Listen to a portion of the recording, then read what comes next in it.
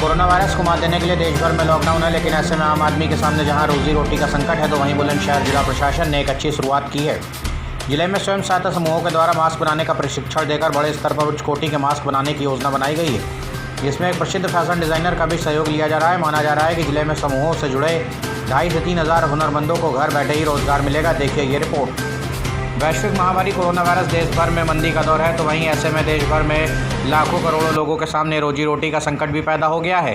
पिछले 2 महीनों से देखा जा रहा है कि लोग लगातार अपने घरों को निकले हुए हैं। ऐसे में बुलंदशहर जिला प्रशासन ने इस ओर विशेष ध्यान दिया है। दरअसल आजकल हर इंसान के लिए मास्क की ज़रूरत है, और ऐसे में अब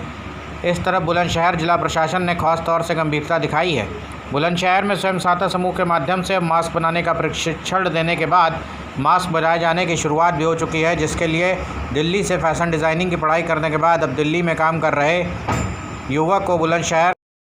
पहले तो ये जानना चाहेंगे कि कुछ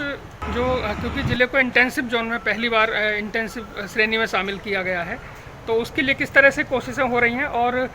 जानकारी मिल रही है कि मास्क को लेकर भी कुछ यहाँ पर आप कुछ प्लान कर रहे हैं, किस तरह से क्या प्लानिंग है?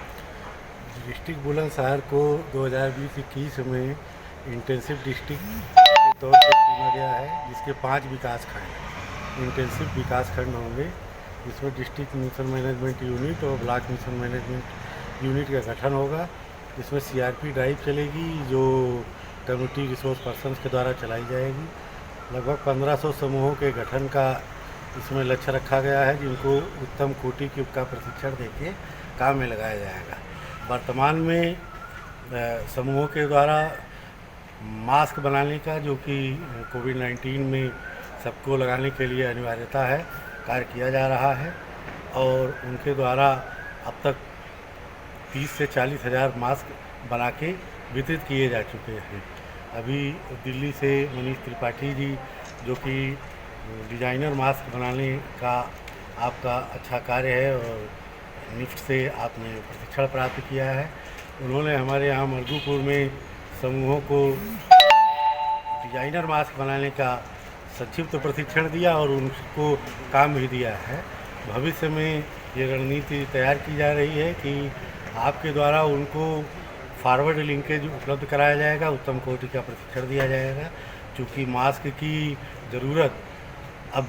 काफ़ी दिनों तक ऐसा महसूस हो रहा है कि बनी रहेगी, इसलिए उनको इस काम में लगाया जाएगा। साथ ही स्कूल के ड्रेस को भी अच्छे तरीके से तैयार करने में उक्त संस्था की मदद ली जाएगी और उत्तम प्रशिक्षण देकर उनको इस काम में भी लगाया जाएगा, जिससे कि आर्थिक क्रियाकलाप में संतृप्त होकर वो अपने जीविकोपार्जन को अच्छी तरह। सबसे पहले आपके बारे में जानना चाहूँगा कि किस तरह से आप अब तक क्या काम करते आए हैं, और अभी हम देख रहे हैं कि बुलंदशहर में कुछ आप अलग से करना चाह रहे हैं, तो क्या प्लानिंग है, किस तरह से इसे आप कर रहे हैं?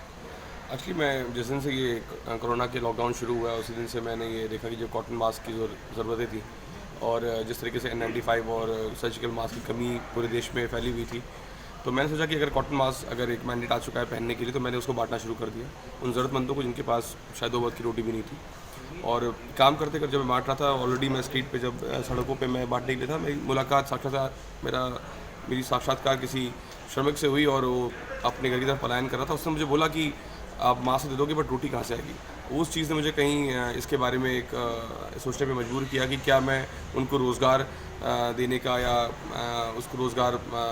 कुछ कमाने का मैं कुछ क्या ज़रिया बन सकता हूँ, या उनको मैं कुछ दे सकता हूँ। और दिन से मेरे दिमाग में ये बात चलने लगी। इस विषय को लेकर मैं NSIC के पास गया और NSIC के GM विजय प्रकाश जी से इसके बारे में चर्चा करी, तो उन्होंने मुझे सुझाव दिया कि मैं इसको SHG के माध्यम से जोड़ सकता हूँ, और उन श्रमिकों को, चाहे वो लौट कर आए हों, चाहे वो उस जनपद या उस गाँव के हों, वो सीधे तौर पे इस रोज़गार से जुड़ सकते हैं और उनके कमाई का और उनकी रोजी रोटी का ज़रिया तैयार हो सकता है। उस के चलते मैं अभी बुलंदशहर में आपको किस तरह से मतलब क्या करना है? तो बुलंदशहर में जब हमारा NSIC से मेरी संपर्क हुआ, तो हम बुलंदशहर आए और हमें संपर्क कराया गया जिलाधिकारी के साथ में, जो कि इन्होंने इसका स्वागत किया, और बड़ी मतलब मुझे भी मिलकर बहुत अच्छा लगा कि इमीडिएटली उन्होंने इस पर एक डिसीजन लेते हुए इसको गो अहेड दे दिया, और सीधे हमें जो भी 2500 से 3000 श्रमिक महिलाएँ जो जुड़ी हुई हैं इस SHG से, उनसे संपर्क करने के लिए आदेशित कर दिया।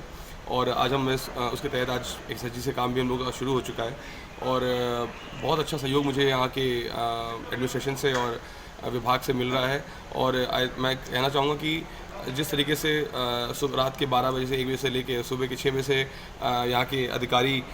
इस काम के लगे हुए हैं, मैं समझता हूँ कि बुलंदशहर एक एग्जाम्पल बन के निकलेगा उन सभी जिलाओं के लिए, उन सभी डिस्ट्रिक्ट्स के लिए और पूरे देश के लिए कि जिस सपने को आत्मनिर्भर भारत का सपना और एक जो अपील माननीय प्रधानमंत्री ने करी है, उस सपने की एक रूपरेखा, एक एग्जाम्पल ये बुलंदशहर तय करेगा। तो मैं समझता हूँ, मैं बहुत बहुत आभारी हूँ उस यहाँ के जिलाधिकारी का, यहाँ के सभी अधिकारियों का और ग्राम विकास अधिकारी का और डिस्ट्रिक्ट डेवलपमेंट ऑफिसर का, कि उन लोगों ने पूरा सहयोग किया है कि मैं इस जो एक मुहिम लेकर, जो एक टारगेट लेकर चला था, उसको यहाँ पे हम उसको पूरा कर सकें। और इससे लोगों को स्वरोजगार भी बिल्कुल, रोजगार की एक सबसे बड़ी जो दरकार आज के समय में सबसे बड़ी एक दिक्कत है, वो एक प्रॉब्लम यहाँ पे सॉल्व होती दिख रही है और उसमें पूरा सहयोग मुझे विभाग तो हाल ही में जो प्रधानमंत्री ने जो अभी कहा था कि वो देश को आत्मनिर्भर बनाने के लिए अब लोगों को आगे आना पड़ेगा, तो उसमें आप अपनी सहभागिता निभा रहे हैं। बिल्कुल, मेरी छोटा सा प्रयास है, एक छोटी सी पहल है। मैं समझता हूँ जो इतना बड़ा एक सपना माननीय प्रधानमंत्री ने देखा है, उसमें छोटी सी कोशिश है और मैं खुद को भाग्यशाली मानता हूँ कि मैं ईश्वर ने ये हमें एक मौका दिया है कि मैं भी अपनी एक सहभागिता, अपना योगदान उस बड़ी मुहिम के में